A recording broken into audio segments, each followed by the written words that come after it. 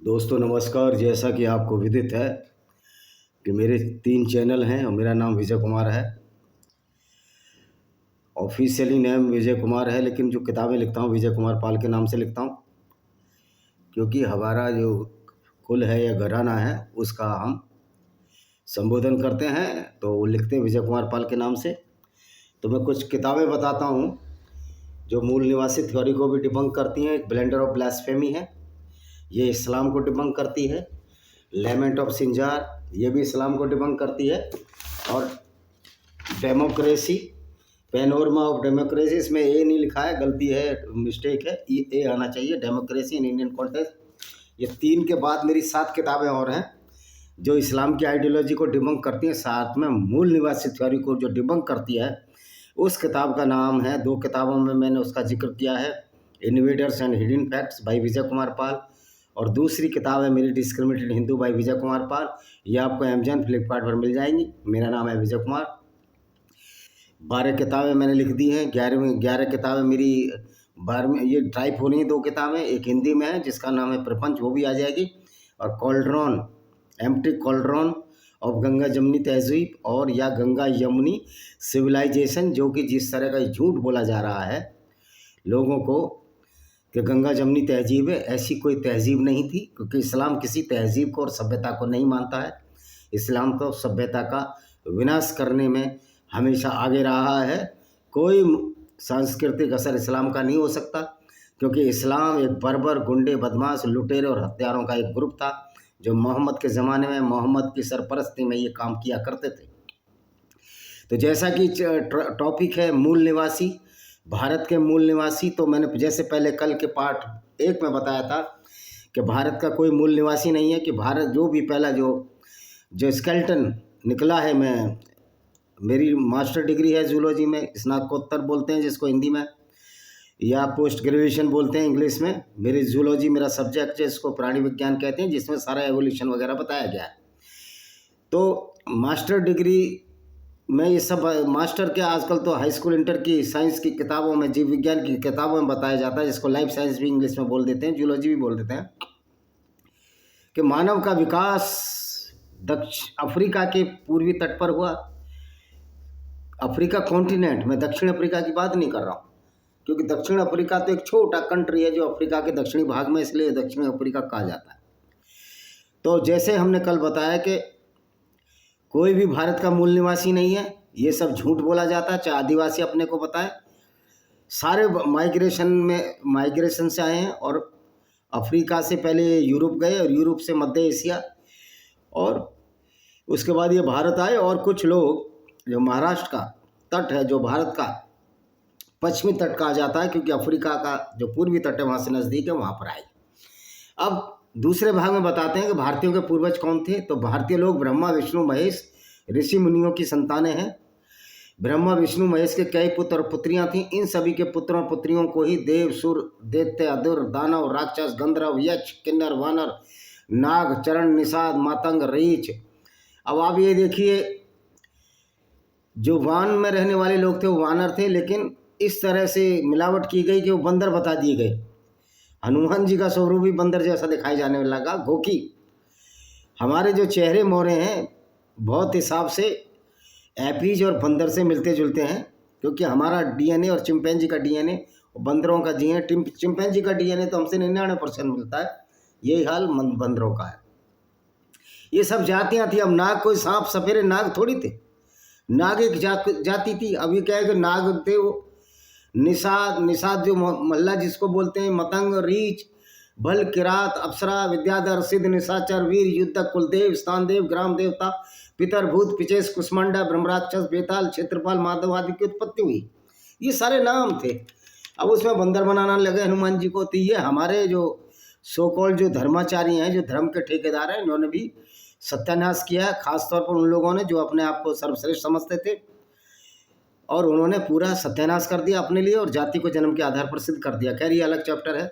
तो भारत के नदियों के तट पर कुरु, पांचाल, पुंडरू, कलिंग, मगध, दक्षिणात्य, उपरांत देशवासी, सौराष्ट्रगण, तहासूर, आंबीर, अबुर्दगण, कारूस, मालव, परियात्र, सौंदव, सैंदव, हूण, सालव, कोसल, मद्र, आराम, अम्बस्ट आदि पारसीगण रहते थे। देखिए, लेकिन ये सारे अफ्रीका से ही आए। अब ये 10,000 साल का इतिहास बता रहे हैं, लेकिन इतिहास तो मानव जीवन का, जैसे कि मैंने बताया कि पहला मानव जो होमिनिड बनने शुरू हुए 2.5 करोड़ वर्ष पूर्व, और आज का मानव करीब 2 लाख वर्ष पूर्व हुआ, जिसको कि हम होमो सेपियंस के नाम से जानते हैं। यदि आप जानना चाहते हैं तो आपके पूर्वज कौन थे, ये सिर्फ 10-20 हज़ार साल पहले की बात है या 50,000 साल पहले, उससे पहले की बात नहीं है। क्योंकि इससे पहले भारत भूमि में जितने भी लोग आए वो अफ्रीका से आए हुए थे। यहाँ उन्होंने अपनी संस्कृति डेवलप की, जिस तरह यूरोप के लोग, और सारे एक जैसे ही थे पहले। बाद में कालांतर में मौसम, यानी कि जो हमारा रोज का मौसम है, मौसम के आधार पर, जलवायु के आधार पर शारीरिक और भौतिक संरचना में फर्क नजर आए, नए शेप एंड साइज में फर्क नजर आया। जिनको अच्छा खाना मिलता था अच्छे तंदुरुस्त हुए, और जो भूखमरे देश के तो कमजोर हुए। तो ये तो पारिस्थितिक जन्य तत्व थे। इससे इस बात का कोई मतलब नहीं है कि मूल निवासी कौन है। मूल निवासी तो भारत का कोई है ही नहीं। आज हम इसी टॉपिक पर चर्चा कर रहे हैं। तो यदि आप जानना चाहते हैं आपके पूर्वज कौन है, तो दोनों चीज़ें देखेंगे। तो भारतीयों के वंश और जानिए अपने पूर्वजों को, इस पर क्लिक कर दूं, फिर वापस जाना पड़ेगा। चलो कर देते हैं क्लिक। हाँ जी, ये तो पूरा लेख है, बड़ा शोध का विषय है। इसको कल से मैं 2-2.5 घंटे से इसका स्टडी की, बल्कि 3 घंटे। भारतीय लोग ब्रह्मा विष्णु महेश ऋषि मुनियों की संतान है, ये हमने बता दिया। वंश लेखकों, तीर्थ प्रोतियों, पंडों और वंश परंपराओं के वाहक संवाहकों द्वारा समस्त आर्यवर्त के निवासियों को एकजुट रखने का जो आत्मीय प्रयास किया गया है, निश्चित रूप से वैदिक ऋषि परंपरा का ही आदितन उदाहरण माना जाता है। और जो वैदिक धर्म है, कहीं भी हिंदू नाम नहीं है, और वैदिक धर्म किसी हिंदुओं के लिए नहीं है, या किसी खास जिनको आज हिंदू कहते हैं उनके लिए ऐसा नहीं है। जैसे बुद्ध कोई धर्म नहीं है, बुद्ध एक संप्रदाय है। क्यों? एक व्यक्ति विशेष द्वारा, बुद्ध ने तो बुद्ध धर्म चलाया भी नहीं था। तो इन नवबोधों को तो ABCD नहीं आती। भगवान बुद्ध परंपरा के हिसाब से सनातन वैदिक धर्म को मानने वाले थे, और उसी अवस्था में उनकी मृत्यु हुई। कोई बुद्धिज्म उन्होंने नहीं चलाया। अलग से नहीं कहा कि मेरे पीछे तुम नियो बुद्धिज्म बन जाना और लोगों को गाली देने लगना, अपने आपस में लड़ना। तो वंश लेखों, तीर्थ प्रोतियों, पंडों, वंश परंपराओं के वाचक संवाहकों द्वारा समस्त आर्यवर्त के निवासियों को एकजुट रखने का जो आत्मीय प्रश्न किया, निश्चित रूप से वैदिक ऋषि परंपरा का अवतन आदर्श उदाहरण माना जा सकता है। पुराण अनुसार द्रविड़, चोल और पांड्य जातियों की उत्पत्ति में राजा नहुस के योगदान को मानते हैं, जो इलावर्त का चंद्रवर्षी राजा था। पुराण भारतीय इतिहास को जड़ प्रलय तक ले जाते हैं। यहीं से वैश्वत मनवंतर प्रारंभ होता है। क्योंकि पुराण तो झूठे हैं, ज़्यादातर पुराण झूठे हैं। इन पुराणों को मानने की कोई औचित्य नहीं है। अगर वो साइंस से टकरा रहे हैं, यानी विज्ञान उनको गलत प्रूव कर रहा है, तो फिर उनको मानने की कोई जरूरत नहीं। यहीं से वेदों में पचनद का उल्लेख अर्थात 5 प्रमुख कुल से ही भारतीय कुलों का विस्तार हुआ। अब कौन कौन से हैं? विभाजित वंश, संपूर्ण हिंदू वंश वर्तमान में गोत्र, पिरवर, शाखा, वेद, श्रम, गण, शिखा, पाद, तिलक, छत्र, माला, देवता, शिव, विनायक, कुलदेवी, कुलदेवता, इष्ट देवता, राष्ट्र देवता, घोष देवता, भूमि देवता, ग्राम देवता, भैरव वृक्ष में विभक्त हो गया। जैसे जैसे समाज बढ़ा, गोत्र में भी कई भेद होते गए। बहुत से समाज या लोगों ने गुलामी के काल में, कालांतर में सब छोड़ दिया, तो उनकी पहचान कश्यप गोत्र मान ली जाती है। देखो, ये सब जो थ्योरियाँ हैं हमने खुद बनाई हैं। आज संपूर्ण अखंड भारत अर्थात अफगानिस्तान, पाकिस्तान, बांग्लादेश, नेपाल और बर्मा में जो भी मनुष्य निवास कर रहे हैं, वे सभी निम्नलिखित प्रमुख हिंदू वंशों से संबंध रखते हैं। हिंदू नहीं कहिए, वैदिक वंश कहिए। हिंदू शब्द का उल्लेख तो बहुत बाद में आया, ये तो 1915 की बात है। कालांतर में उनकी जाति, धर्म, प्रांत बदलते रहे, लेकिन सभी एक ही कुल और वंश के हैं। गीता में श्री कृष्ण अर्जुन से कहते हैं, कुल का नाश तब होता है जब कोई व्यक्ति अपने कुल धर्म को छोड़ देता। तो कुल धर्म उन लोगों ने भी छोड़ा जिन्होंने जन्म के आधार पर अपना ऊंचा सिद्ध कर लिया। तो वो सबसे बड़े भारतीय समाज के लिए कलंक हैं, कंटक हैं, कांटे हैं, राक्षसी प्रवृत्ति के लोग हैं, जिन्होंने बाद में अपने फायदे के लिए जो कर्म था, कर्म के हिसाब से न बनाकर जाति को जन्म के आधार पर बना लिया। वही हिंदू समाज के सबसे बड़े विध्वंसक हैं, घातक हैं ऐसे लोग। वैसे भी लोग बड़े बड़े बातें करते हैं। अगर सारे हिंदू, जिनको आप सोकोल्ड OBC, दलित, आदिवासी कहते हो, सब हिंदू धर्म छोड़ देंगे, तुम्हारे पास का बाबा जी का ठुल्लू बच जाएगा?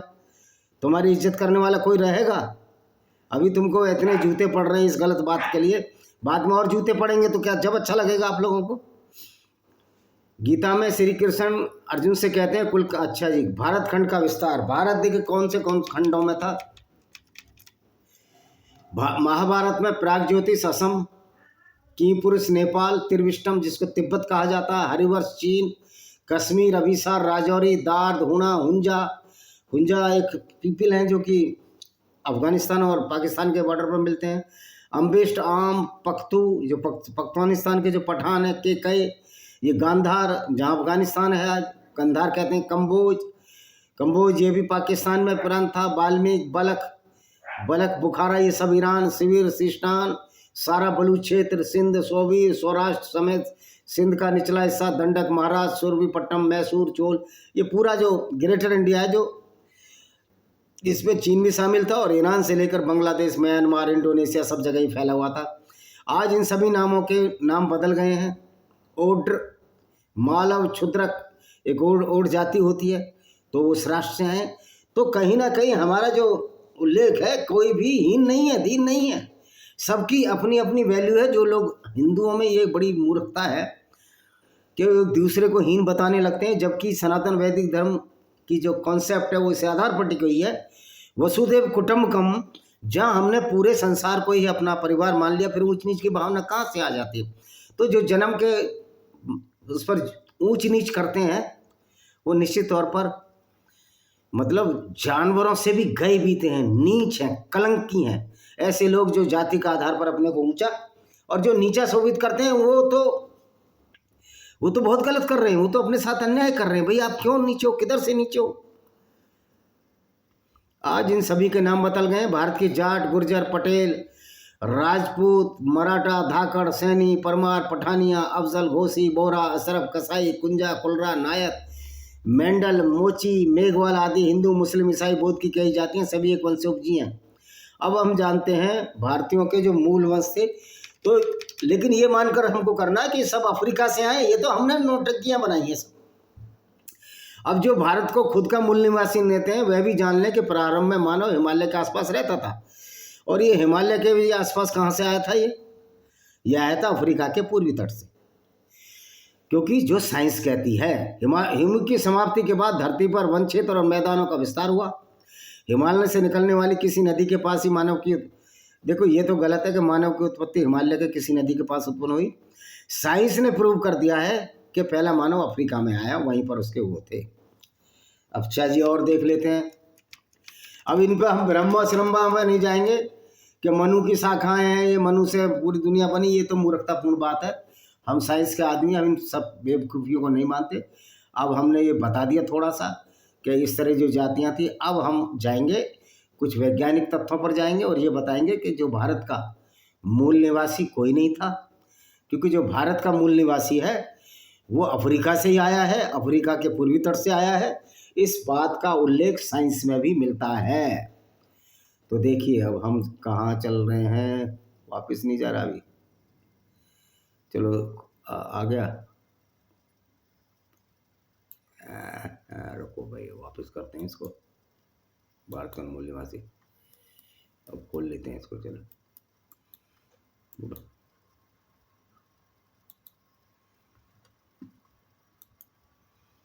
यहाँ से खोलते हैं यार, दोबारा खोल लेते हैं, हमें क्या है,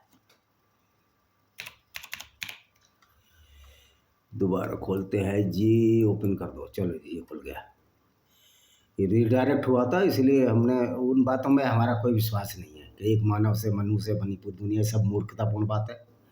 इस तरह की अगर मूर्खता मानेंगे तो सनातन वैदिक धर्म का उद्देश्य झूठ फैलाना नहीं है, बल्कि सनातन वैदिक धर्म का उद्देश्य है जो वेदों में अगर साइंस है और सही सटीक है तो उसी को बताना है। और अगर कहीं गलतियां हैं पुराणों में, तो नकली और पाखंडी पुराणों में, उनको हमको नहीं मानना है। ये सब मूर्खता भरी बातें हैं। अब हम आते हैं आज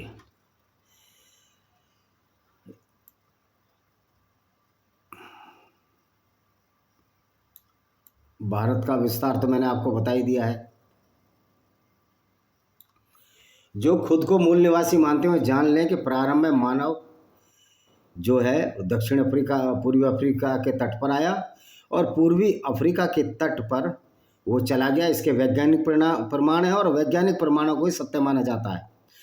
क्योंकि जो धार्मिक किताबें होती हैं उसमें कुछ अतिशयोक्ति का पुट होता है, यानी उसमें झूठ बड़ा चढ़ा के बताया जाता है। जिस तरह की बाइबल में भी कहा गया है कि जीसस जो है यहोवा परमेश्वर का पुत्र है, लेकिन किसी को परमेश्वर ने तो देखा नहीं, और ऐसे तो बहुत सारे परमेश्वर हैं। तो जीसस फिर यहोवा जो परमेश्वर है बाइबल ईसाइयों का, उसका पुत्र है, तो हिंदुओं के भगवान का पुत्र क्यों नहीं हो सकता वो, या वो इनके अल्लाह का पुत्र नहीं हो सकता। तो ये सब विसंगतियां हैं, ये हमने बनाए हैं सारे धर्म।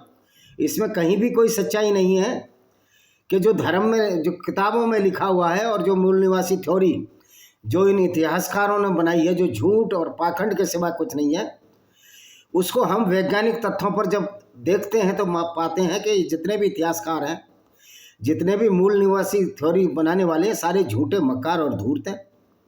इनमें वामपंथी इतिहासकारों का बहुत बड़ा रोल है, जैसे कि इरफान अभी वो जिंदा है, अलीगढ़ में रहता है, जो कि भाई वर्चू मेरी ननियाल भी है, अलीगढ़ ही मेरी ननियाल है,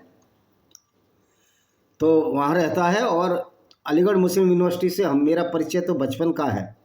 मैं अलीगढ़ मुस्लिम यूनिवर्सिटी जाता रहा हूँ, क्योंकि मेरे जो मामा जी थे वो अलीगढ़ मुस्लिम यूनिवर्सिटी के ही छात्र रहे, और बाद में डिग्री कॉलेज में प्रोफेसर हुए, रेवाड़ी से रिटायर हुए, जहाँ कैंसर की वजह से उनका निधन हो गया, एक अलग बात है।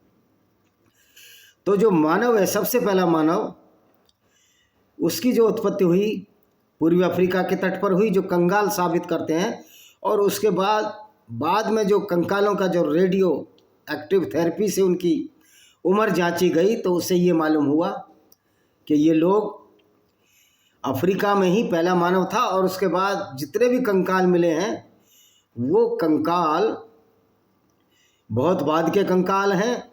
यूरोप में जो मिले कंकाल हैं वो अफ्रीका जो कॉन्टिनेंट है उससे कंकाल से बहुत पुराने नहीं हैं, बाद के ही हैं। तो इससे ही सिद्ध होता है कि ये जो मूल निवासी जो थ्योरी है, ये मूर्खता वाली बात है। और दूसरी बात है कि चाहे कोई दलित हो, सो कॉल्ड दलित सब तो इन्होंने दलित, और मज़े की बात है, ये वैसे तो कहते हैं कि हम लड़ाई लड़ रहे हैं, सामाजिक समरसता की लड़ाई लड़ते हैं, एकता और समानता की लड़ाई लड़ रहे हैं। और जब आप खुद को ही दलित बोलोगे, आज मैं खुद को ही अगर दलित, पिछड़ा या अगड़ा इस तरह की बातें करूँगा, तो लोग मूर्ख ही समझेंगे, और मूर्ख ही समझेंगे। तो ये मूर्खता आप जानबूझकर में मूर्खता कर रहे हैं, या इसमें कोई पॉलिटिकल हित हैं आपके, या आपको पैसा मिल रहा। तो जो न्यू बौद्धिस्ट हैं, ये सही मायने में बुद्धिस्ट ही नहीं है, ये लोग इस्लामिक विचारधारा जिहादियों के बड़े संपर्क में हैं, उनसे पैसा लेते हैं। जैसे कि वामन बेशराम है, इसका सारा धंधा ही सऊदी अरब के पैसे से चल रहा था। और सऊदी अरब जो इस्लाम का बड़ा प्रणेता है, झंडा बरदार है, आज सऊदी अरब ने भी इस्लाम से अपने हाथ झाड़ लिए हैं, क्योंकि जिस तरह इस्लाम को लोगों ने झूठा सिद्ध किया है, जो इस्लाम के अल्लाह को झूठा सिद्ध किया है, तो अब वो इनको पैसा भी नहीं दे रहे और देंगे भी नहीं, क्योंकि अब इस्लाम की जड़ें तो सऊदी अरब, यूनाइटेड अमीरात और इस्लामिक कंट्रियों में ही कांपने लगी हैं। खोखला होता हुआ इस्लाम अब ज़्यादा वामपंथियों को, इन न्यू बौद्धिस्टों को ज़्यादा अब सपोर्ट नहीं कर पाएगा। और न्यू बौद्धिस्ट जो भारत के हैं, सो कॉल्ड जो कन्वर्टेड बौद्ध हैं, उन लोगों को इस्लाम के सामने आंखें बंद करके बैठे हैं, मूर्खों की तरह बैठे हैं।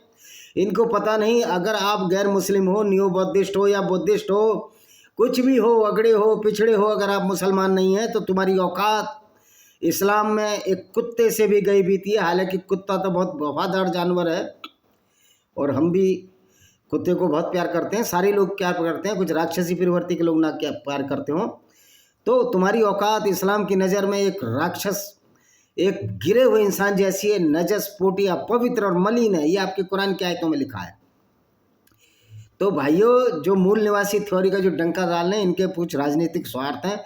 ये क्षुद्र नीच प्रवृत्ति के लोग हैं, पाखंडी लोग हैं। मैं तो श्याम मानव को भी कहता हूं कि आप श्याम मानव जो पाखंडों का विरोध करते हो, निश्चित तौर पर जो सनातन वैदिक धर्म में जो पाखंड आ गए हैं उनका खंडन होना चाहिए। अगर सनातन वैदिक धर्म को आपको बचाना तो उनका पाखंड का विरोध होना चाहिए। लेकिन आप इस्लाम के बारे में बोलने की आपकी औकात है? इस्लाम के बारे में एक्स मुस्लिम बोल रहे हैं, या हम जैसे लोग चैनल बना रहे हैं जिसमें हम ये साबित कर रहे हैं कि इस्लाम एक फुल गुंडागर्दी है। तो ये जो मूल निवासी थ्योरी है, इसको मानने वाले इस्लामिक गुंडागर्दी के सामने आंखें बंद करके बैठे हैं, क्योंकि इनकी औकात ही नहीं कि इस्लाम की नज़र में चाहे चंद्रशेखर रावण हो, चाहे मायावती जी हो, वो एक नीच मखलूक हैं, यानी कि सबसे गंदे, निम्नतर, कमतर इंसानों में से हैं, क्योंकि वो इस्लाम को नहीं मानते। और जो लोग इस्लाम को नहीं मानते, जो गैर इस्लामिक लोग हैं, अगर वो इस्लाम की कदर करते हैं तो वो तो बड़े ही मूर्ख हैं। जिस तरह रेखा गुप्ता ने, जो दिल्ली की मुख्यमंत्री बनी है, कहती है रमज़ान में राम छिपा है, उस मूर्खा को ये पता नहीं कि रमज़ान और राम में बहुत बड़ा अंतर है। रमज़ान जो मनाया जाता है, जिसको कि सऊदी अरब में रमज़ान कहते हैं, वो तो खून खराबे का महीना था, जिसमें कि जंगे बदर में मोहम्मद ने जब वो अबू सुफियान और उसके साथियों के काफिले लूटने की कोशिश की, तो वहाँ जब अबू सुफियान अपना काफिला बचाकर मक्का ले गया, समुद्र के रास्ते निकल गया, और मोहम्मद के पेशेवर लुटेरे, बलात्कारी, गुंडे उनको नहीं लूट पाए, तो मक्का के ही कुछ लोग खबर देने चले गए थे अबू सुफियान से आगे आगे कि मक्का के काफिला अबू सुफियान के साथ अकेला आदमी नहीं होता था। अबू सुफियान बहुत ही बड़ा आदमी था, व्यापारी था, अच्छा व्यक्ति था, और मोहम्मद के कुल और ख़ानदान का भी था, वो यहूदी था।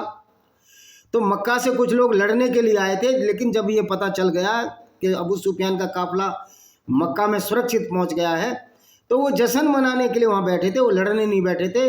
लेकिन मोहम्मद ने धोखे पर उनको वार किया। वो पानी की तलाश में गए थे, पानी नहीं मिला और उनको पकड़ लिया, और उसके बाद लड़ाई मोहम्मद ने ही ऑफेंसिव अटैक किया, ऑफेंस किया इसने। उस लड़ाई में अनफॉर्चुनेटली वो तो लड़ने नहीं आए थे, वो तो सिर्फ पानी की तलाश में कि अब लड़ाई ख़त्म होगी, हम लड़ना नहीं चाहते। तो जंगे बदर में इस लुटेरे प्रॉफिट ने रमज़ान के महीने में लोगों का कत्ल किया था।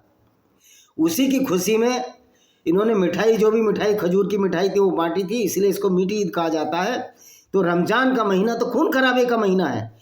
तो इस्लाम के हिसाब से जब पवित्र महीना रमज़ान का है, यानी कि खून खराबे का महीना इनका पवित्र है, तो ये विचारधारा कितनी गंदी होगी।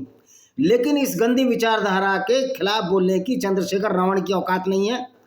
बड़बड़ तो बहुत करता है, बदतमीजी भी बहुत करता है, और निश्चित तौर पर इसकी बदतमीजी को एक दिन लोग ठीक करेंगे।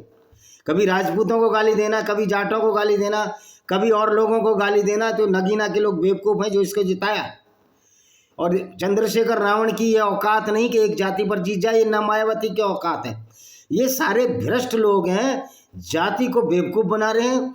किसी दलित का क्या, और दलित शब्द और दे दिया विचारों को, जहाँ हमारा संविधान सबको बराबरी की बात करता है, इन्होंने दलित शब्द देकर उनका अपमान किया है। तो ये तो इनके लीडर हैं, दलित इनको अपना मसीहा मानते, जो इनको नीचा गिराने की कोशिश करते हैं। और जो बुद्ध, जिसने कोई धर्म ही नहीं चलाया, जिसने कोई आइडियोलॉजी को डेवलप ही नहीं किया, उसने नहीं कहा कि आप बुद्ध बन जाना, बुद्ध धर्म को पकड़ लिया। और जो सही मायने में तिब्बती बौद्ध हैं या कोई भी बौद्ध हैं, उनसे पूछो कि आप ये बुद्धिज़्म कहाँ से आया, कर हम तो सनातन वैदिक धर्म से ही निकले, सनातन वैदिक धर्मी है। शर्म करो बेशर्मो, जैन आज भी अपने को हिंदू ही मानते हैं, और जो हिंदू नहीं मानता वो मूर्ख है। क्योंकि जैन धर्म में भी इस तरह की मूर्खता है कि पैगंबर जो तिरंतर करते करोड़ों वर्ष पहले आए, लाखों वर्ष पूर्व आए। जब अब ये बात बताइए कि लाखों करोड़ों वर्ष पूर्व क्या फिर वो इंसान तो थे ही नहीं, तो ये कपियों से मिलते जुलते मार्मसोट और जो दूसरे प्राणी थे, उनसे इंसान का डेवलपमेंट हुआ, उससे जीन हमारे मिलते हैं। तो क्या वो कपि रूप में थे, क्या वो चिंपैंजी गोरिल्ला के रूप में थे? ये सारी मूर्खतापूर्ण बातें इन धर्मों में लिखी जाती हैं, हर जगह लिखी जाती हैं। जैसे कि गुरु ग्रंथ साहब में भी बहुत सारी बातें ऐसी हैं जो कि न्यायोचित नहीं है और मूर्खतापूर्ण चीज़ें को प्रदर्शित करती हैं। हो सकता है कि उनका विचार बड़ा रहा हो, जिसमें एक कविता है कि ईश्वर अल्लाह रूप उपाया सब कुदरत के बंदे, एक नूर ते जब जग उपजिया कौन बलेत कौन मंदे। उन्होंने ये कहा कि ईश्वर अल्लाह सब एक ही रूप है और सब एक ही प्रकाश से पैदा हुए, कोई मंदा नहीं है, गिरा हुआ नहीं है कोई। ये उनकी अच्छी मंशा हो सकती है, लेकिन सत्यता की कटौती पर यह भी सही नहीं उतरती। हमको किसी रिलीजन से कोई लेना देना नहीं है। जहाँ भी मूर्खता होगी हम उसका पर्दाफाश करेंगे। लॉजिकल बात हमेशा चलती है, विज्ञान ने साबित करते हैं सब मूर्खतापूर्ण बातें हैं कि गुरु नानक जी हवा में उड़ जाते थे, गुरु नानक जी हवा में उड़ जाते थे, या गुरु नानक जिधर काबा पैर घुमाया उसने काबा उधर ही दिखने लगा, ये सब मूर्खतापूर्ण बातें हैं। अगर काबा सब जगह ही घूमता, जिधर गुरु नानक जी के पैर घुमाए गए, तो फिर किबला जो है, सारे किबले भी घूमने चाहिए थे मस्जिदों के। किबले तो उसी स्थान पर है जिधर मक्का की तरफ सब इशारा करते हैं। हालांकि मक्का में भी मोहम्मद का जन्म नहीं हुआ था, उनका तो पेट्रा में जन्म हुआ था, और सारे किबले पहले पेट्रा की तरफ ही थे, बल्कि यरूशलेम की तरफ थे। तो सब मूर्खता और अज्ञानता की बात है कि किसी धर्म में अज्ञानता और मूर्खता की इतनी पराकाष्ठा है। निश्चित तौर पर इंसानों द्वारा बनाई जी हैं, और इंसानों से गलतियां होती हैं। जहाँ ईश्वर तो कहता है कि सर्वदेव वसुदेव कुटुंबकम, वहाँ इनकी अल्लाह कहता है कि गैर मुस्लिमों को कत्ल करे। तो गुरु ग्रंथ साहिब में वाणी में भी बहुत सारी बातें सटीक नहीं है, और सटीकता के आधार पर उनको खंडित किया जा सकता है। ये इंसानों द्वारा बनाई बात है। गुरु नानक उड़ने लगेंगे क्या? मैंने तो कई लोगों से, तो वो तो कहीं भी उड़ के चले जाते थे। ये सब झूठ बातें हैं कि वो फूल, जब उनकी डेड बॉडी गई तो वहाँ फूल नजर आए, कबीरदास जी की में फूल नजर आए। ये सारी मूर्खतापूर्ण बातें हैं। विज्ञान और तर्क की कसौटी पर ये सारी बातें खारिज हैं। और अभी भी जो सृजन करता है, जिसको हम ईश्वर के नाम से जानते हैं, ये भी हमारी कल्पना है। दुनिया बनाने वाला है, कोई ना कोई है, लेकिन कम से कम ये वाले अल्लाह दुनिया नहीं बना सकते जो हिंदुओं के हैं, या ईसाइयों के हैं, या मुसलमानों के हैं। अल्लाह अगर दुनिया बनाता तो अल्लाह को तो पता ही नहीं है दुनिया कैसी है। अल्लाह तो कहता धरती स्थिर है, सूरज उसके चारों तरफ चक्कर काटता है। तो ये बात तो झूठी साबित हो जाती है ना। इसी तरह जो इस अल्लाह को यही नहीं पता था कि भारत में भी लोग रहते हैं, या कोई सेब का फल होता है, अल्लाह को वही पता था जो अरब में फल पैदा होते हैं। इसी तरह भारत में जो भगवान थे, उनके बहुत सारी चीज़ों का ऐसा वर्णन है जो सिर्फ इंडिया और भारत में ही पाई जाते हैं। ब्रह्मा विष्णु महेश की जो कॉन्सेप्ट है वो दूसरी जगह क्यों नहीं आई? तो ये सब सिंबॉलिक चीज़ें हैं कि ब्रह्मा सृष्टि का उत्पादन करता है, विष्णु पालन करता है और शंकर मारता है। ये सारे हमारे सिंबॉलिक चीज़ें हैं। और जो व्यक्ति, जब इंसान की समझ में कुछ बात नहीं आती तो वो उसको कह देता है कि तो ऊपर वाला जाने। हालांकि ऊपर क्या है, हम तो पूरा ऐसा समझो आसमान में लटके हुए हैं, तो ऊपर भी तारे, नीचे सब तरफ तो ऊपर ही ऊपर है। तो इंसान की जो सीमाएं हैं बड़ी सीमित है। विज्ञान ने जरूर इन सीमाओं को आगे बढ़ाया है। विज्ञान ने बताया है कि ऊपर कुछ नहीं है, हमारी पृथ्वी भी घूम रही है। तो वास्तविकता में जो धर्म है, जो कॉल्ड रिलीजन कहते हैं, जिनको रिलीजन उस चीज़ को कहा जाता है जो रेलिवेंट हो, जो सच्चाई पर आधारित हो, रेलिवेंसी से रिलीजन निकला है। उसी तरह धर्म का मतलब जो धारण करने योग्य बात हो। तो निश्चित तौर पर हम आध्यात्मिक रूप से देखें तो सनातन वैदिक धर्म उच्चतर स्तर पर ठहरता, जहाँ वसुदेव कुटुंबकम की परिकल्पना की गई है। लेकिन इसके बाद बहुत सारा पाखंड, जन्म के आधार पर ऊंचा नीचा, इस तरह की बातें, जो विसंगतियां हैं, उसकी वजह से सनातन वैदिक धर्म बदनाम हुआ। और ऐसे में वो बहुत बड़े दोषी हैं जो आपको तथाकथित जन्मना ऊंचा समझने वाले लोग और दूसरों को हे समझने वाले लोग। भाई जब आप अपने को ऊंचा समझोगे, दूसरे का नीच समझोगे, तो वो तुम्हारी इज्जत करेगा और तुम्हें 2 जूते मारेगा खींच खांच के। और यही आज हो रहा है कि कुछ जिनको सताया गया वो लोग सामने आएंगे, और ये अधिकार है उन लोगों का कि आप अन्याय से लड़ो। लेकिन इसमें सनातन वैदिक धर्म को गाली देना, पहले उसको पढ़ लो वेदों को। अगर मनुस्मृति में गलत लिखा तो मैं भी उसको खारिज करता हूँ, मनुस्मृति को रद्दी की टोकरी में फेंक दो। लेकिन आप कुरान के बारे में नहीं बोलते। दलित लोगों, बुद्धिस्ट लोगों की तुम्हारी औकात ही नहीं है, तुमने इस्लाम पढ़ा ही नहीं है। और चंद्रशेखर रावण जैसा व्यक्ति तो कहता है कि कुरान में एक ऐसी आयत बता दूं, मैं 174 आयतें बता दूं जिसमें चंद्रशेखर रावण को नीच, मलिन और गंदा लिखित में कहा गया है। वेदों में तो किसी को लिखित में गंदा, गलन और मलीच नहीं कहा गया, लेकिन कुरान में तो कहा गया, उन्होंने सारे गैर मुस्लिमों को कहा गया है। तो कुरान को भी खारिज किया जाना चाहिए। अगर तुम्हारी औकात है, तुम्हारे कंचों में पानी है। अगर तुम्हारे कंचों में पानी नहीं है तो गालियाँ सिर्फ कभी जाटों को, कभी राजपूतों को, हिंदुओं को गाली देते हो। लेकिन जिस दिन इनका पारा हाई हुआ, क्योंकि गाली देने से आपकी मूर्खता जाहिर होती है, फिर कहते हो हमारे पास अत्याचार हो रहा है। भाई अत्याचार तुम दूसरों को गाली दोगे। मायावती ब्राह्मण बनी और ठाकुरों को गाली देकर सत्ता में आ जाती है, ये हमारी मूर्खता है। और सतीश मिश्रा जैसा जो अपने को जन्मना ब्राह्मणों को, तो खैर मैं ब्राह्मण ही नहीं मानता, क्योंकि उनके कर्म भी अच्छे होने चाहिए। ब्रह्म से जो ब्रह्मा को जाने उसमें जाति का गुण। तो सतीश मिश्रा जैसा चमचागिरी पैसों के लिए अब ये अपने को आइडियल कहते हैं, जो लुटेरे पापी और हत्यारे जो आज पॉलिटिक्स में आ गए हैं। अब जज को देखो 18 करोड़ रुपए मिला, तो इस हमारी पब्लिक को सोचना पड़ेगा कि ऐसे जज को जबरदस्ती पब्लिक जाए और गधे पर घुमाकर उसका काला मुंह करे, तब इन भ्रष्टाचारियों का अंत होगा। इसके लिए अगर सेना भी बनानी पड़े, हथियारों वाली सेना भी बनानी पड़े भ्रष्टाचार से लड़ने के लिए, तो हमको वो पहल करनी होगी। भारत को अगर बचाना है तो हमको सशस्त्र संघर्ष की शुरुआत करनी होगी। ये कहते हैं डेमोक्रेटिक सेटअप में आओ, चुनाव लड़ो, तो डेमोक्रेसी में जो पॉलिटिशियन वो सारे भ्रष्ट हैं, उनको सजा ही नहीं मिल रही, तो बेचारा फिर क्या करे? जिसके पास ना कोई पावर है, जिसके पास ना कोई पद है, वो तो फिर बंदूक लेकर आएगा आपके सामने, आपके लिए प्रॉब्लम खड़ी करेगा। और निश्चित तौर पर इसमें कोई शक नहीं कि पाकिस्तान की तरह भारत का भी यही हाल होगा अगर मोदी जी ने इस भ्रष्टाचार को ना रोका। धर्म के आधार पर, जाति के आधार पर आपको किसी को नहीं बंटना है, और ये मानकर के धर्म तो हम नहीं बनाए, इसको छोड़कर हमें भ्रष्टाचार के खिलाफ लड़ाई लड़नी होगी। आज भ्रष्टाचार सबसे बड़ी गुंडागर्दी है, इस्लाम से भी बड़ी गुंडागर्दी है तो आज करप्शन है, क्योंकि इस्लाम की सच्चाई को जानकर तो लोग इस्लाम छोड़ रहे हैं, लेकिन कोई करप्शन को छोड़ने को तैयार नहीं है। और जिसको नहीं मिल रहा, करप्शन का सारा नजला गरीबों पर पड़ रहा, इसके लिए हमें सशस्त्र संघर्ष करना ही पड़ेगा।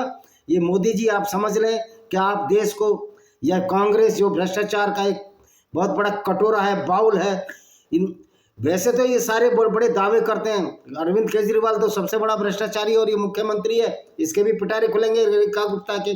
ये सारे भ्रष्टाचारी लोग हैं, भ्रष्टाचारी जज हैं, इसलिए इसमें पिस कौन रहा है? गरीब आदमी, कमजोर आदमी। और कमजोर तो आपको समझो नहीं, आपकी संख्या तो इतनी ज़्यादा है, 120 140 करोड़ में 110-15 करोड़ ऐसे लोगों की संख्या है जो बेचारे हैंड टू माउथ हैं। अगर इन सब के हाथ में भ्रष्टाचार के लड़ने के लिए हथियार आ जाए तो कोई बहुत बड़ी ऐसी अतिशयोक्ति नहीं होगी।